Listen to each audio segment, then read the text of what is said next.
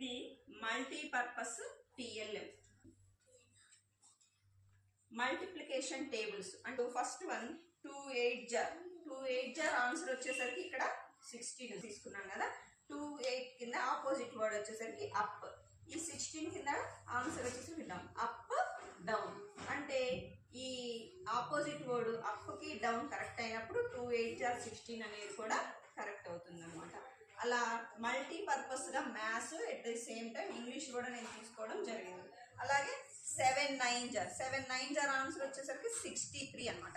అంటే 7 9 కింద టేక్ ఉంటే దీని ఆపోజిట్ వర్డ్ వచ్చేసరికి గివ్ టేక్ గివ్ 7 9 జార్ 63. అలాగే 8 6 జార్ 48 దీని ఆపోజిట్ వర్డ్ వచ్చేసరికి స్మాల్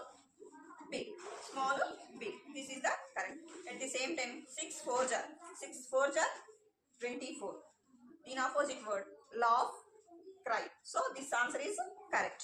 5 8 జార్ 40 ఆన్సర్. దీని ఆపోజిట్ వర్డ్ వచ్చేసరికి డే దీనికి నైట్ అంటే దీని ఆన్సర్ కూడా కరెక్ట్. అలాగే ఇవి మల్టిప్లికేషన్స్ కూడా ఒకసారి చూద్దాము.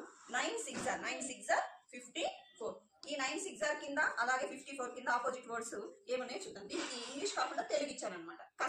కష్టానికి ఆపోజిట్ వర్డ్ వచ్చేసరికి సుఖం అంటే దీని యొక్క మల్టిప్లికేషన్ కరెక్ట్ అయింది అంటే ఆపోజిట్ వర్డ్ కరెక్ట్ గా వస్తుందని అర్థం. అలాగే 11 5 జార్ వచ్చేసరికి 55 11 5 జార్ 55 కరెక్ట్ కాదో చూడాలంటే నిజానికి ఆపోజిట్ వర్డ్ వచ్చేసరికి అబద్ధం.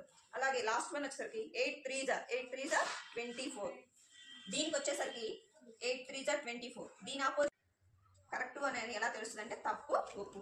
ఇలా పిల్లలకి మ్యాథ్స్ తో పాటు తెలుగు ఇంగ్లీషు మల్టీపర్పస్ గా ఒకటి ఎల్లం అయితే బాగుంటది అని అలా నేను చేయడం జరిగింది. వచ్చిందా?